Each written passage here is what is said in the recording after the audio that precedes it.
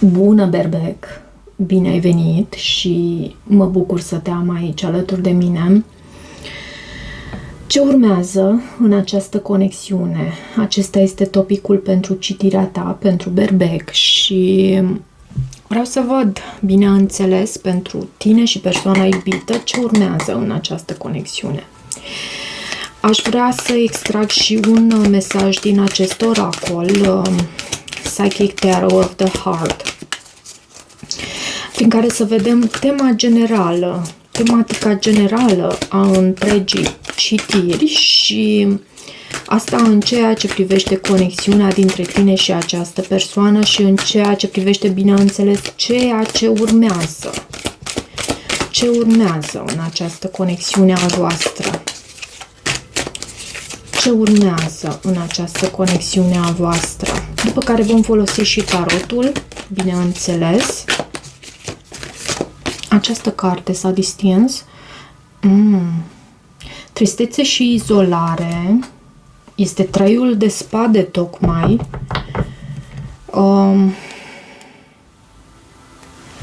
Și văd și acest 9 de monede care vorbește despre o recompensă foarte bine meritată pentru tine. Este în ceea ce vine. Poate că în ultimul timp ai trăit o anumită senzație de tristețe și de izolare în această conexiune și dacă te regăsești aici, să știi că în următoarea perioadă vine o anumită recompensă. Nouăle de monede, bineînțeles, este și cartea independenței în conexiuni, în relații, însă văd și acest card, iubire, este și cardul denumit îndrăgostiții în tarotul tradițional și asul de bâte, în ceea ce vine înspre tine. Poți ai de a face cu un semn de pământ sau gemeni sau chiar puțin foc și aer, văd aici. Dar în ceea ce vine înspre tine, eu văd un nou început cu pasiune și o bine meritată recompensă. Hai să vedem acum care este energia ta în această conexiune, ce simți tu acum conștient sau inconștient, unde ești tu în raport cu această legătură. Ce reflectă prezența ta în această legătură?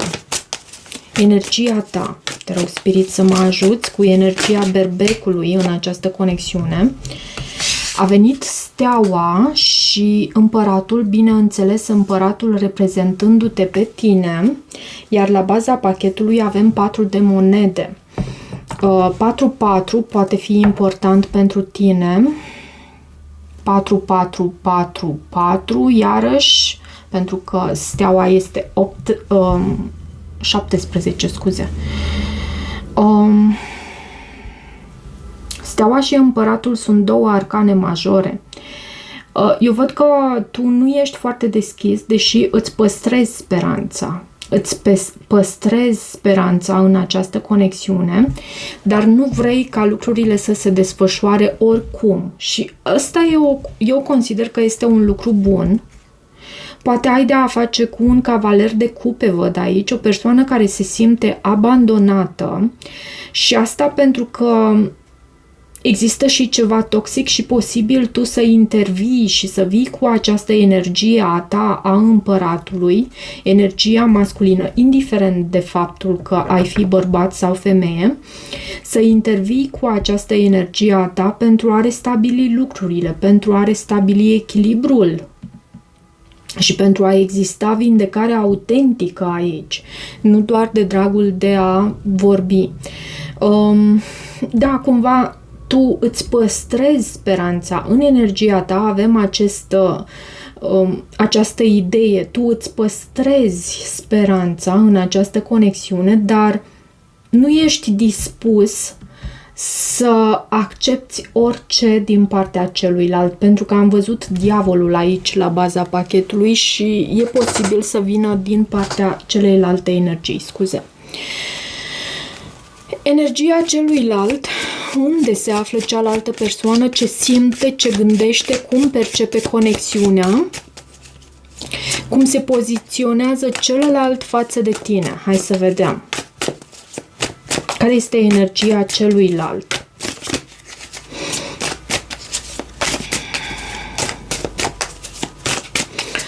Și această conexiune pe tine sau ție îți păstrează speranța, îți redă speranța. Deci e ceva cu potențial uriaș în această conexiune, doar că da, există și ceva toxicitate și e normal ca tu să nu accepti lucrurile oricum să vină în direcția ta, ci vrei ca o situație fair play, corectă, justă, care să te avantajeze și care, nu doar pe tine, care să ajute la creșterea acestei conexiuni, la evoluția sa, la a vă uni în adevăr și nu iluzie. Care este energia celuilalt? Care este energia celuilalt? Temperanța. Poți să ai de a face cu un săgetător sau o persoană cu energie temperată, moderată. Și 5 de spade la baza pachetului și împărăteasa, vezi tu? Avem și împărăteasa.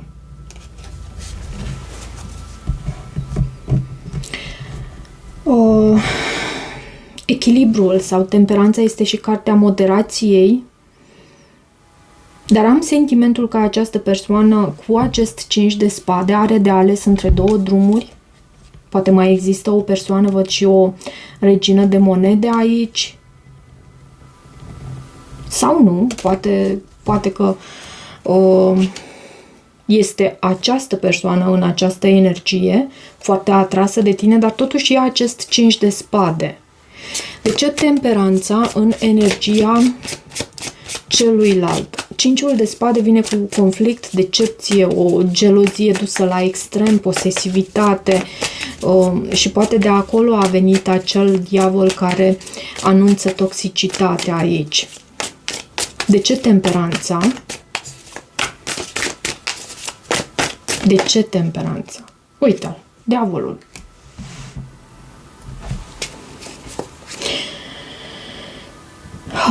Și 2 de bâte. Are de făcut o anumită alegere. Poate are de a face cu un capricorn. Iarăși. Diavolul mai anunță și faptul că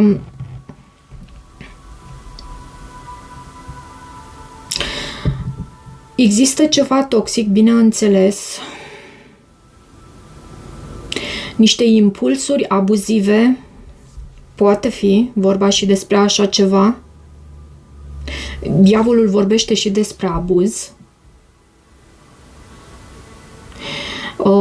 O atracție foarte puternică pe care o are față de tine. Și 2-ul de bâte, 8 de monede și regina de cupe. Poate ai de a face cu un semn de apă.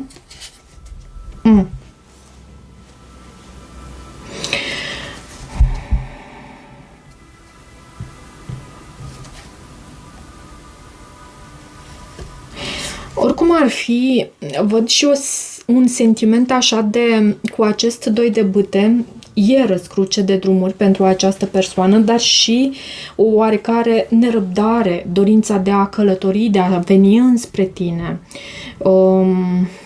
Așteaptă vești de la tine.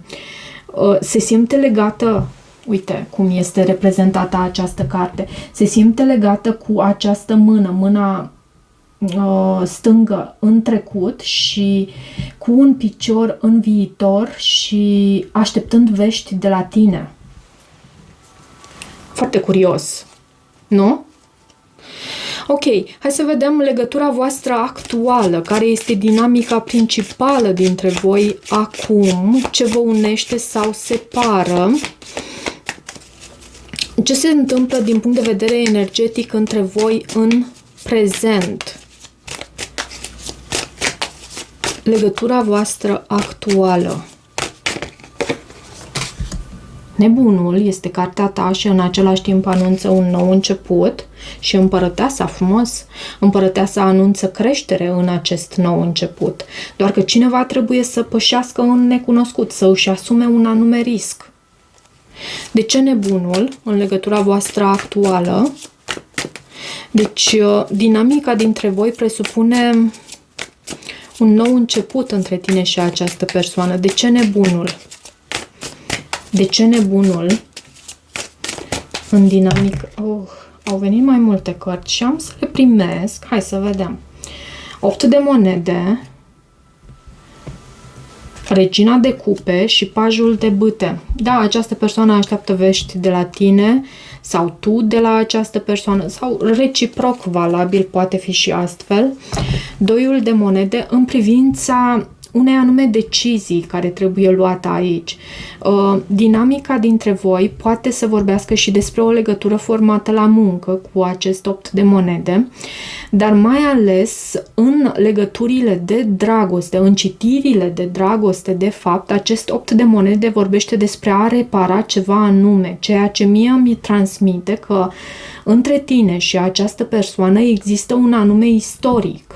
Deci nu e o conexiune tocmai nouă, ceva care să se fi format mai recent. Ok.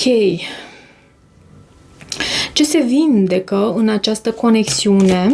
Karmă, lecții, traume sau tipare care se transformă prin această legătură?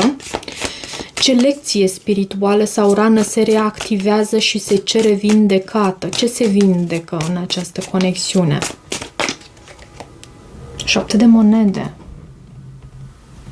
Nu e steaua, dar îmi dă sentimentul acela de speranță, cumva că lucrurile pot crește și pentru tine. Și nu știu de ce mi-a venit așa nu știu de ce mi-a venit o astfel de interpretare pentru acest 7 de monede. 7 de monede până la urmă este cartea investițiilor, cartea care anunță faptul că tu îți dorești să investești aici, poate și credința în univers și ceea ce soarta îți are rezervat pentru tine și în ceea ce soarta îți are rezervat pentru tine.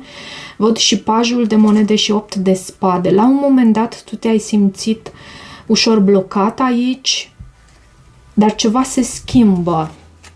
De ce 7 de monede? De ce 7 de monede în ceea ce se vindecă aici? Am să mai restrâng din cărți. De ce 7 de monede? De ce 7 de monede în ceea ce... Uite că au venit două. Asul de cupe și 10 de bâte.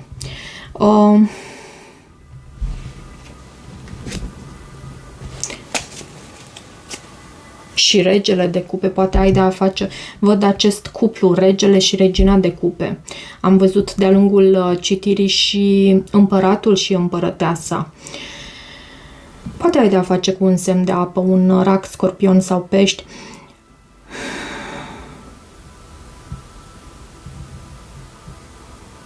Încrederea ta în iubire se vindecă aici.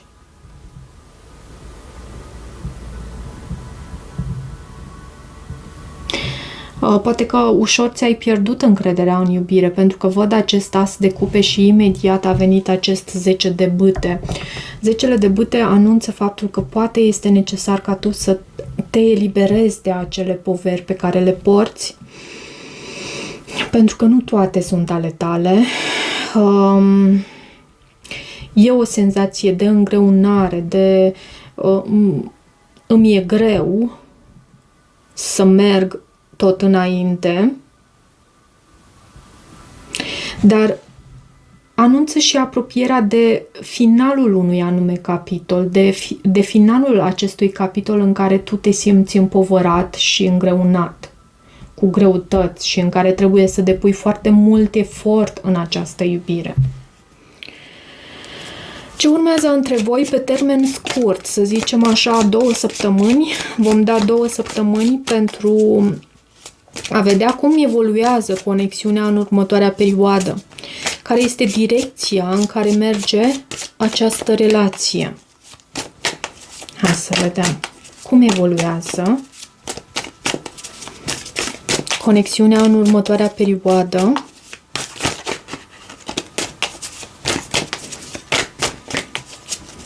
Cum evoluează conexiunea în următoarea perioadă?